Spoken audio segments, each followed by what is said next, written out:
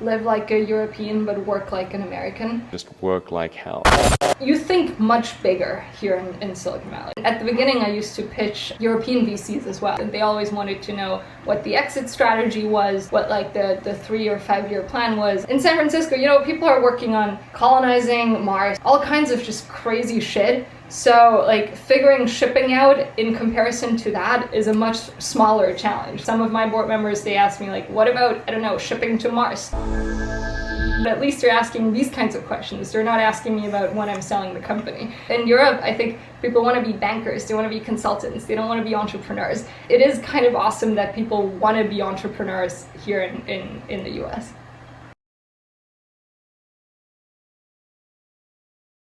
Yo, what's good, bro? Yo, my name is Vic, man. I'm a barber. Trying to get my name out there, bro. You mind if I give you a haircut?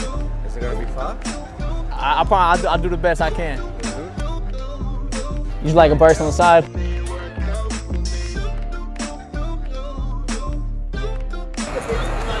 Well, I appreciate that, bro. And I don't want to be known forever as just somebody that could do a good haircut.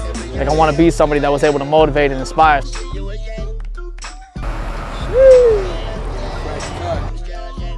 Face gotta be crazy. Keep going, bro. I love what you're doing, bro. Hey, I appreciate that, bro.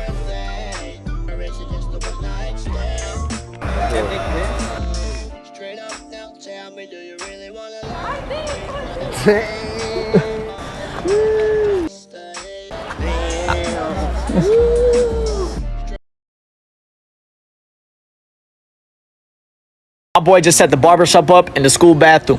This is one of my favorite videos I seen last week because the real hustler gonna make it happen by any means necessary. I seen people laughing in his comments. There's probably more people laughing at him at school.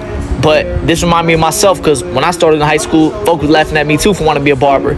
But this type of grind only equals success, so keep going, bro. What's up, y'all? It's your boy Vic Blends, and this is how I cut my first rapper.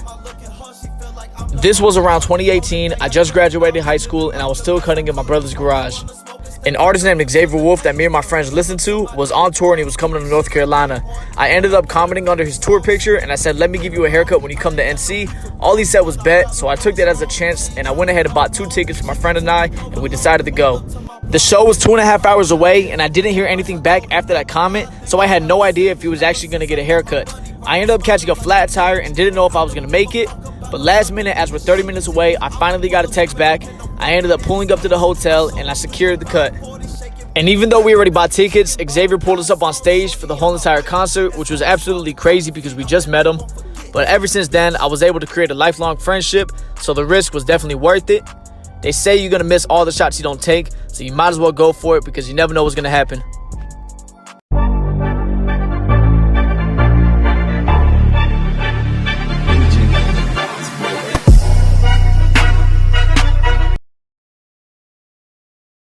I'd give up forever to touch you, 'cause I know that you feel me somehow.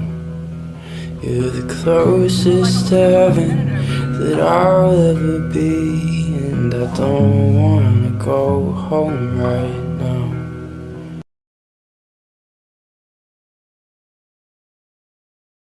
You can't say handicapped, you can't say retarded, you gotta say special needs. I'm trying to be respectful. Forrest Gump with special needs, man. What was the name of the girl? Jenny. Jenny. He did everything for Jenny. This motherfucker did some shit. He jogged across the whole country. He beat China in ping pong. You know how fucking hard that shit is? He's a war hero. Who the fuck is nicer than Forrest Gump? His best friend was a nigga and a white boy with no legs. He made $1 billion selling shrimp, and she still wouldn't fuck him. Hey, eventually they got together. Yeah. After she got AIDS, as soon as she got AIDS, she's like, hey, Forrest. Fuck out of here, man.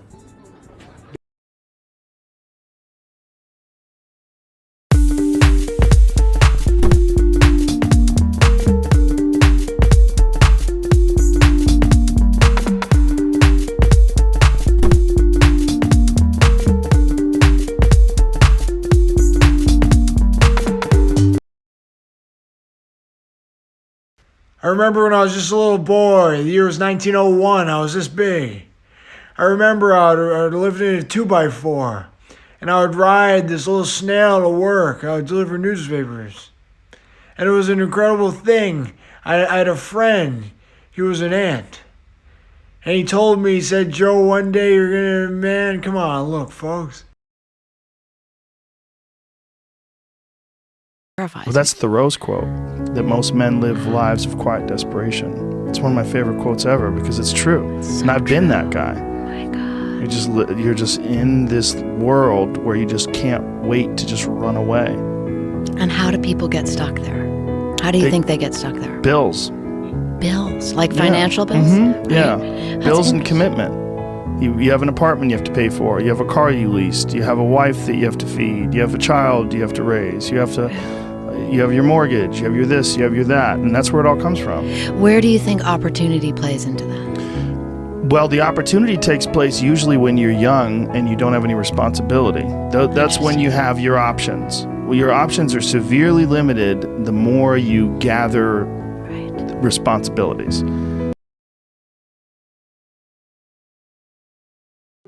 When no one wakes you up in the morning, when nobody waits for you at night, when you can do whatever you want, what do you call it?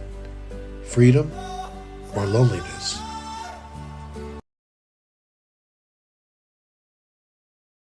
If you are going to go to war, there's two types of will that you need. The first type of will that you need to have is you have to have the will to kill. It is not just the will to kill the enemy. War is an imperfect endeavor that sometimes you're going to drop a bomb and it's going to land and it's going to kill women and children. And then on top of that, obviously, you have to have the will to die. You have to know and understand that if you embark in a war, your sons and daughters are going to be killed. That is what is going to happen. And anybody that says it's not going to happen is naive and ignorant.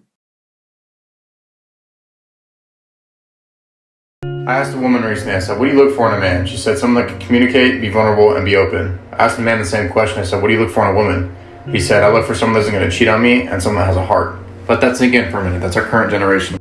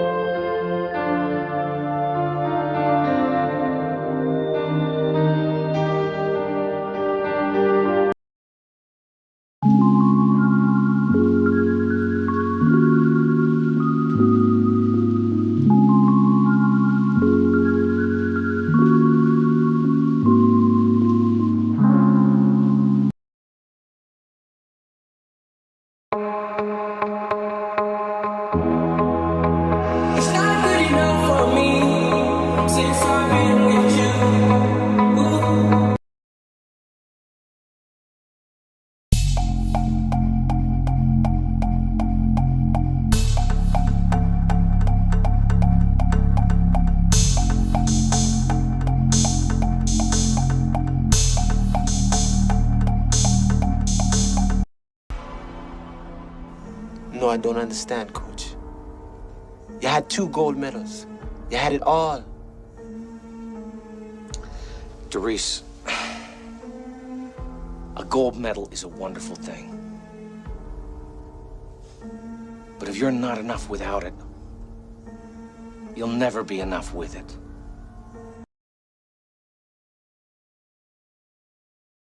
With low-value women, especially. Low-value women, not in the sense that they're not particularly attractive, but that they're stupid, see?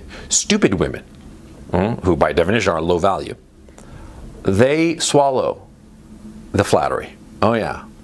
They just drink gallons of it. Oh, they love it. They love the attention. And they love that sense of feeling good about themselves, see? But smart women, I'm not talking about women with a lot of IQ points. I'm talking about, women who are on the ball, not stupid women, high-quality women.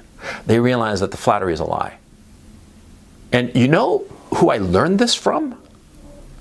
New York fashion models. Yeah, because like in the late 90s, I was living in Manhattan, and I had a nice loft, and I had a nice life, and I had a lot of money, and all the rest of it, and I fell into the fashion crowd. And it was just blind luck. But anyway, the point, I met a lot of fashion models, and they were hot as all blazes, but here was the thing.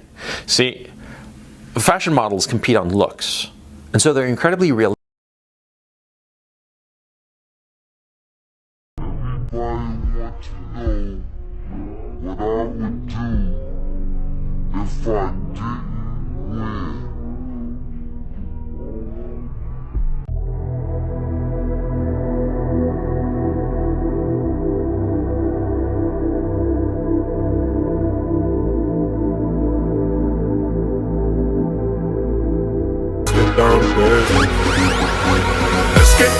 Let's get down to business. Give you one more night, got this. We've had a million nights just like this. So let's get down to business.